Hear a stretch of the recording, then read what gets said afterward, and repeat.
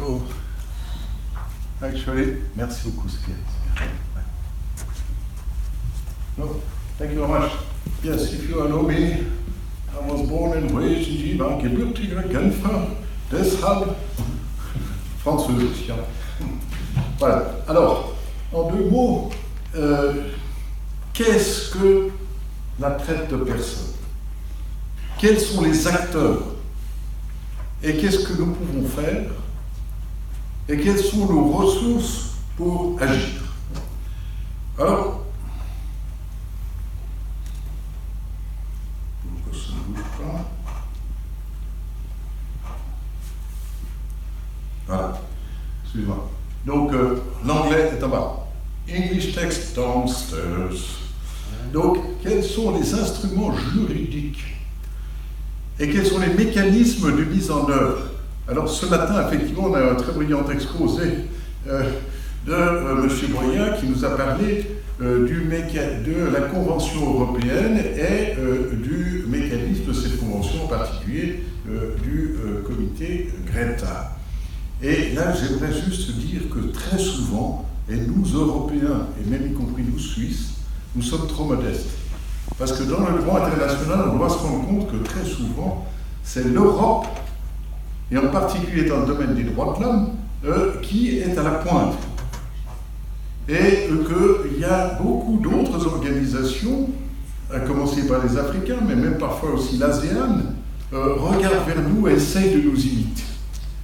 Et je crois que nous ne devons pas en avoir honte, bien au contraire. Et donc, ce que je voulais dire, c'est la nécessité d'une synergie entre différents acteurs.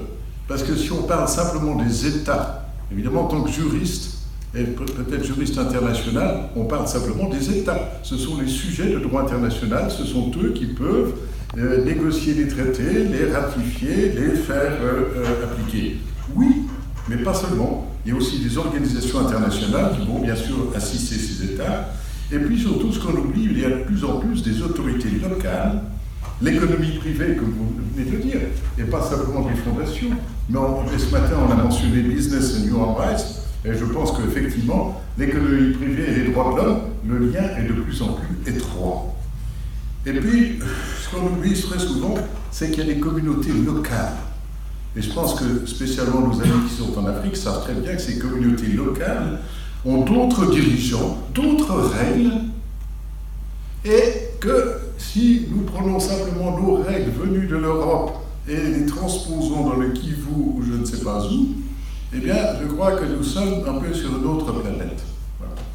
Alors, les diasporas aussi, parce que les diasporas sont certainement aussi des facteurs qui doivent être pris en cause et qui peuvent nous aider à agir, y compris dans les pays d'origine, mais aussi pour nous aider, nous, à accueillir et à protéger ces personnes. Et puis les médias aussi, évidemment, il y en a un ici qui est représenté ici, alors bravo, mais je pense que c'est très important. Les dirigeants spirituels, ce n'est pas pour flatter Monseigneur, mais je crois qu'on verra qu'ils ont un rôle très important, et pas simplement dans l'Église catholique, mais aussi dans l'ensemble des communautés religieuses, je peux dire. Et alors, ce qu'il faut aussi faire, c'est qu'il ne faut pas oublier non plus que les victimes eux-mêmes et les survivants doivent être impliqués dans la prévention, dans la protection et dans la réhabilitation. Et que souvent ce sont les acteurs les plus crédibles, les plus efficaces, pour des raisons malheureusement douloureuses, mais que ce sont des acteurs qu'on ne peut pas oublier.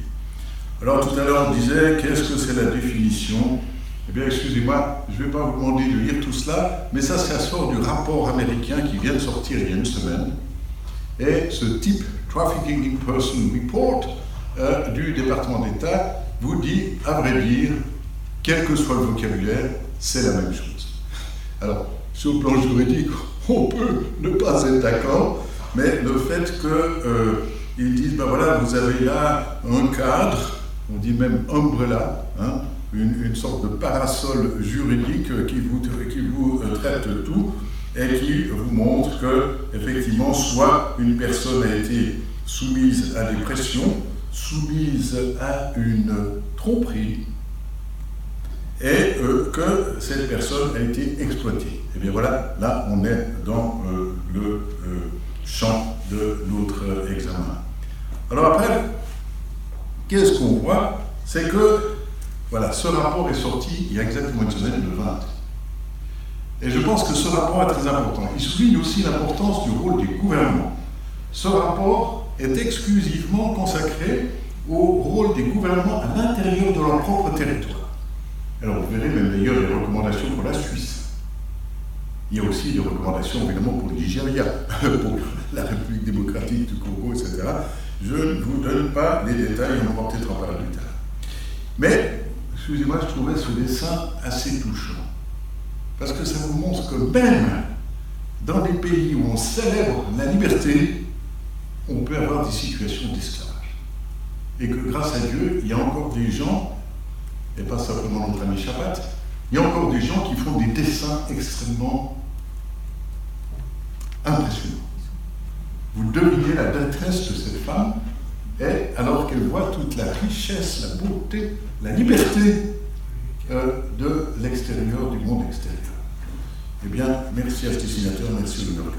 Alors, en 2 mots, je voulais quand même vous dire, nous sommes dans cette semaine. Dans cette semaine, nous sommes, par exemple, devant, jeudi, il y aura la présentation par une juge italienne qui s'appelle Madame... ouais. Et voilà, et cette juge italienne est tout à fait remarquable. Eh bien, elle présente 2 rapports. Elle présente un rapport, ce sera fait jeudi, un rapport général, et un autre rapport sur sa visite au Nigeria. Donc c'est pour vous dire, quand on dit mais qu'est-ce qui se passe aux Nations Unies, ils font des rapports. Oui, ils font des rapports, mais ils font aussi des visites. Et je crois qu'il y a le parallélisme évidemment avec le Conseil de l'Europe. Et ces visites, c'est pas simplement pour aller faire des dialogues, mais c'est aussi éventuellement pour négocier. Et je pense que Mme Germaine Migaro, certainement, a fait des bons travail. Mais aussi, je voulais vous dire, il y a 1, 2, 3, 4, 5 événements parallèles qui sont organisés depuis cet après-midi à 4h30 jusqu'au 10 juillet par des missions permanentes. Alors, vous voyez la mission d'Autriche, la mission d'Israël, la mission des Philippines, la mission de la France et la mission du Bélarus. Sans surprise, les femmes et les enfants dans le contexte de la migration, le rôle des juges, sur les enfants victimes, les femmes et les jeunes filles victimes d'exploitation sexuelle, et puis, pour notre ami Sandro, là, le rôle de la technologie dans le combat de trafic de personnes. Et puis, ce vendredi, j'irai à La Haye, justement, invité par le Liechtenstein. Et le Liechtenstein a une initiative pour essayer d'impliquer le secteur financier dans la lutte contre la traite de personnes. Alors, après, à voir ce que ça va donner, mais je pense que... Donc, voilà ce que je voulais aussi vous dire. Les formes de la traite de personnes, je crois qu'on en a parlé ce matin, je ne vais pas revenir là-dessus. Les chiffres ont aussi été mentionnés, mais je reviendrai plus tard. La réponse juridique, je pense qu'il faut quand même rappeler que les droits de l'homme, c'est quand même le fondement. C'est, je dirais, le plancher. C'est applicable à tout le monde, quel que soit son statut, quel que soit son âge, etc. Et puis, il y a aussi une chose qu'on ne peut pas ne pas oublier, plutôt, c'est les droits des travailleurs. Et alors, il est évident que là, on a célébré le 100e anniversaire du BIT, et il faut bien dire que l'Organisation internationale du travail a aussi des systèmes juridiques les plus intéressants, les plus complexes. Et comme vous le savez, il est tripartite. Gouvernement, employeur, employé. Et là-dedans, il y a effectivement plusieurs conventions, celles mentionnant les enfants, bien sûr, y compris les enfants soldats, et celles mentionnant les travailleurs migrants. Et je pense que ça, c'est des instruments très importants. Ensuite de ça, le droit pénal. Alors, il est clair qu'on parle toujours du droit pénal international, mais je pense qu'il ne faudrait jamais oublier que le droit pénal national, la responsabilité des États de gérer des situations qui peuvent être des crimes contre l'humanité, elle est évidente. Et je pense que c'est l'opinion publique qui doit encourager les États à punir, parce que c'est eux seuls qui ont le privilège, je dirais, de pouvoir faire des poursuites pénales. Alors maintenant, évidemment, il y a des instruments universels, il y a aussi des instruments régionaux. Ben, évidemment, on a parlé de l'Europe, mais il y a aussi l'Afrique, qui a certainement aussi des instruments régionaux sur le plan du droit de l'homme. Il y a aussi d'autres instruments. Et puis, il y a les instruments nationaux. Et très souvent, on se rend compte que ces instruments nationaux, on le voit même en Suisse, on a un code pénal, un article 182. Eh bien, il y a beaucoup de gens qui disent, oui, c'est bien d'avoir l'article 182, mais il mériterait d'être un petit peu plus précis. Et puis, il mériterait peut-être aussi d'être mieux appliqué. Voilà. Bon.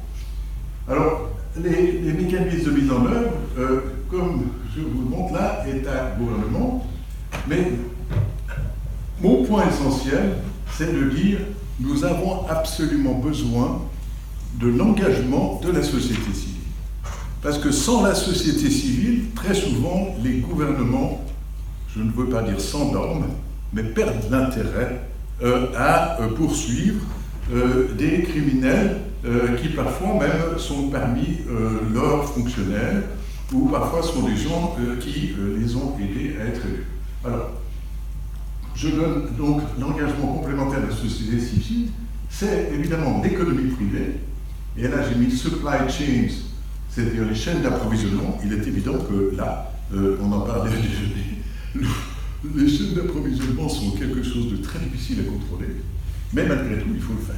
Et puis là de nouveau, si ce n'est pas les entreprises elles-mêmes qui le font, eh bien, il faut que ce soit les consommateurs. Et là, je pense qu'il faudra qu'on y va. Mais éducation, formation d'acteurs et d'opinion publique et d'élective, formation d'acteurs, oui, y compris des policiers, y compris des infirmiers, y compris des médecins, y compris du personnel de bord dans des avions, pour identifier les victimes et savoir comment les traiter et comment leur fournir une aide. Les ONG, plaidoyer et aide, y compris juridique et judiciaire, est évident. Oui, j'ai un filleul ici, Alain Werner, qui a fondé Civitas Maxima et qui essaye de poursuivre les criminels de guerre ou des criminels contre l'humanité. Et ensuite, les dirigeants spirituels. On a eu, le 2 décembre 2014, un appel interreligieux. Il y a eu ces orientations pastorales sur le trafic de personnes. Et là aussi, c'est notre Saint-Père qui... On va attendre plus loin. C'est notre Saint-Père qui nous a dit qu'il faut absolument que nous ayons une mobilisation, pas simplement du Saint-Siège, mais aussi de tous les prêtres dans toutes les paroisses. Et je pense que cela, c'est très important. C'est pour montrer que c'est véritablement quelque chose qui est une mobilisation de l'Église. Et puis à gauche, je vous ai mis ce texte, et vous voyez bien, il y avait Justin Welby, the Archbishop of Canterbury, was there, up there, you see? Ok, good. Et alors, il y avait aussi effectivement des hindous, il y avait aussi des bouddhistes, il y avait aussi des musulmans et des israélites. Eh bien, je pense que c'est là aussi une chose essentielle. Si on a des valeurs communes, c'est notre devoir de les défendre et de le faire pour arriver à protéger, comme vous disiez, la dignité des personnes. Alors, qu'est-ce que c'est que la traite de personnes? C'est la forme moderne d'esclavage. Il y a plus d'esclaves aujourd'hui qu'il n'y en a jamais eu dans l'histoire. C'est invisible aujourd'hui, alors qu'avant, évidemment, c'était beaucoup plus visible. Et puis, ce n'est pas vu parce qu'intentionnellement, non, on n'a pas envie de le voir. Et les formes, c'est évidemment le travail forcé, l'agriculture, la construction, la domesticité, les pêcheries, la prostitution, les transplantations d'organes et les enfants soldats. Oui, oui, ça existe encore, et malheureusement, pas seulement au Yémen, mais aussi ailleurs. Et puis, voyez les chiffres. 2 millions dans les Amériques, le double pratiquement en Europe et en Asie centrale,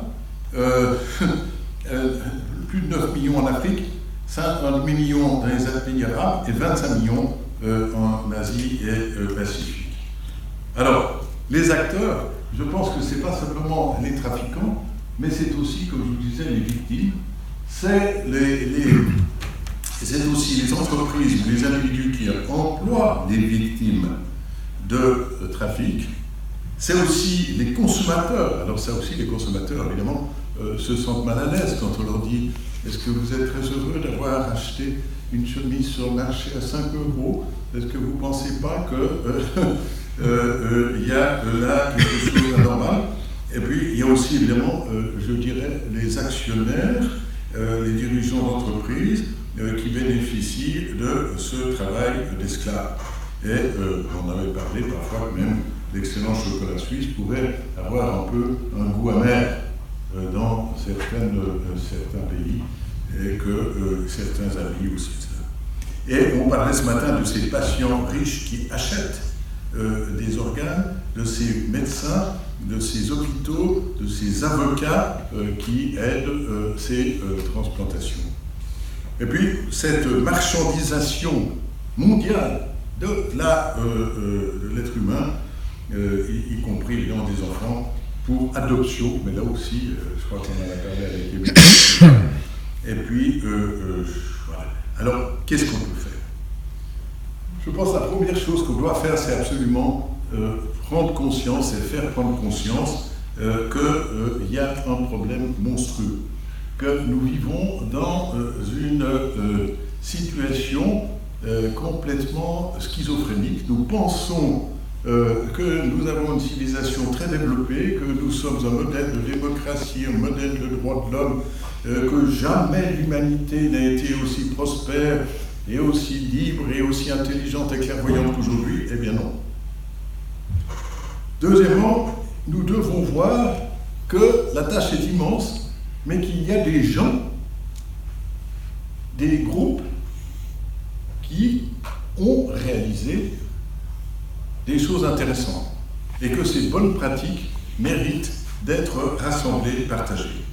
Troisièmement, de créer des partenariats, et ces partenariats, c'est à la fois dans l'action, on a mentionné ce matin les 4 P, prévenir, protéger, poursuivre, réhabiliter les victimes, réintégrer les survivants, le plaidoyer, l'Église catholique, mais pas seulement l'Église catholique, certainement the Church of England is very good at this, et puis d'autres FPOs, d'autres organisations religieuses, médias, les éducateurs, des acteurs, des artistes, encore une fois les victimes, les survivants.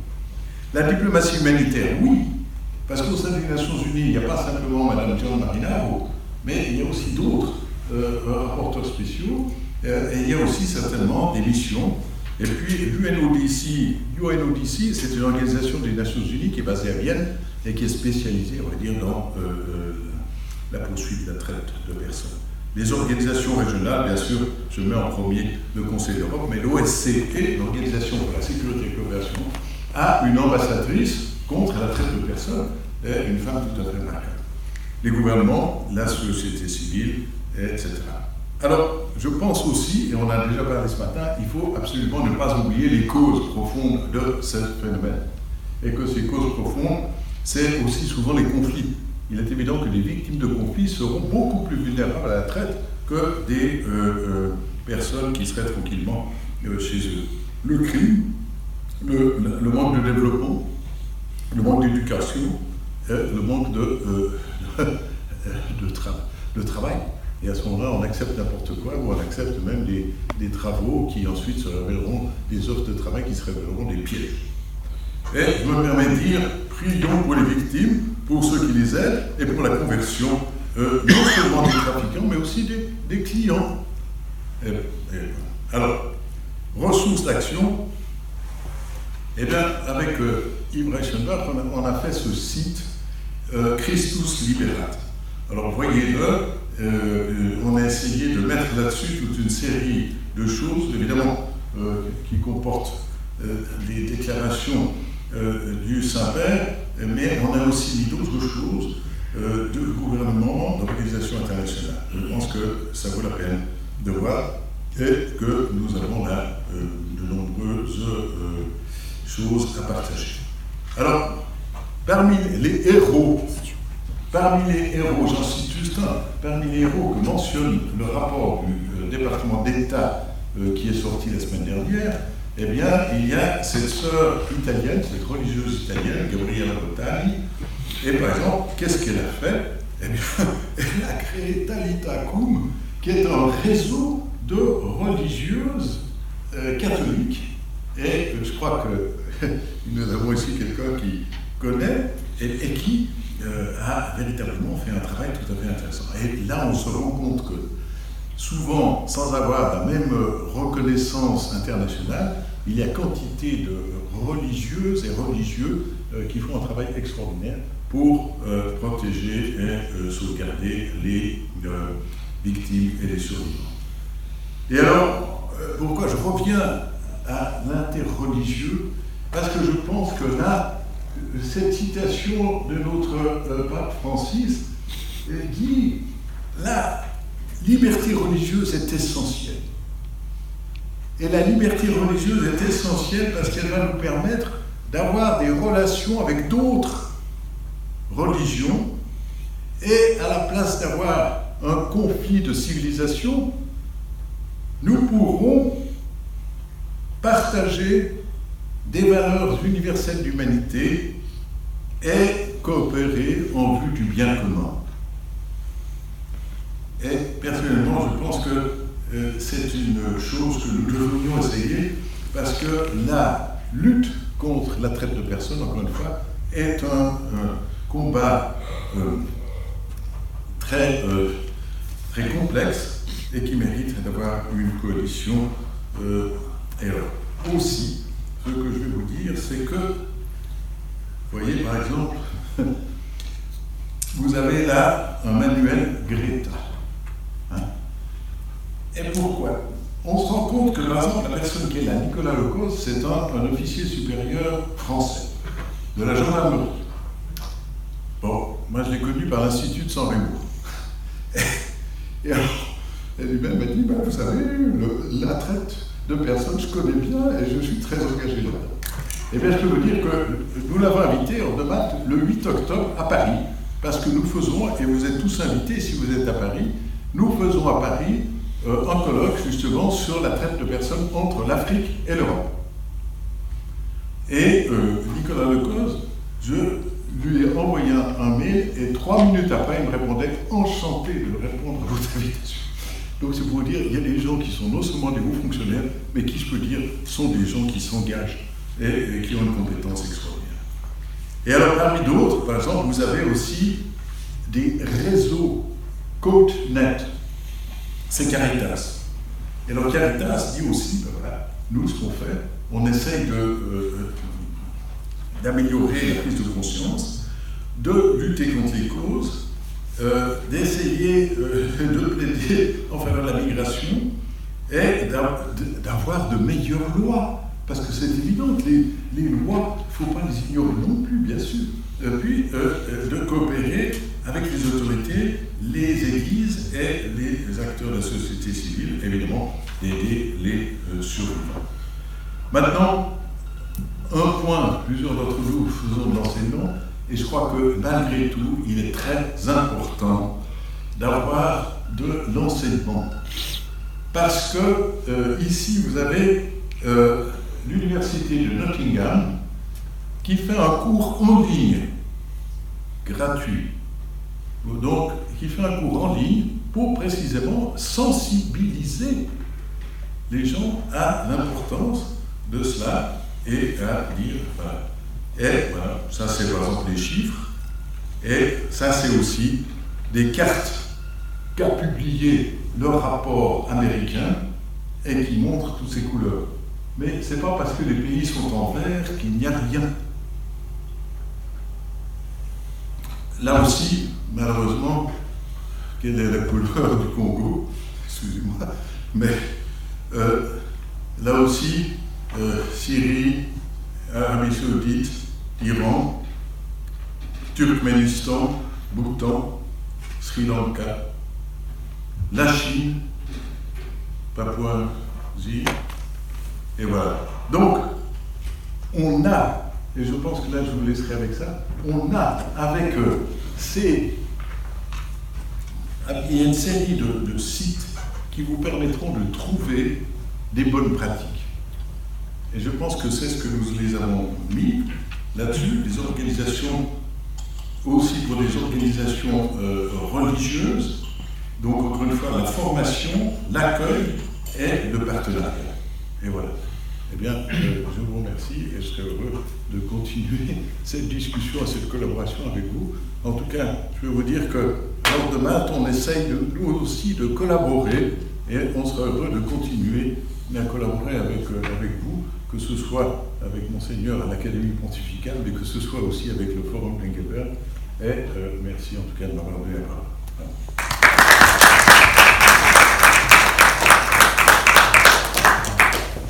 So the next session will be by Professor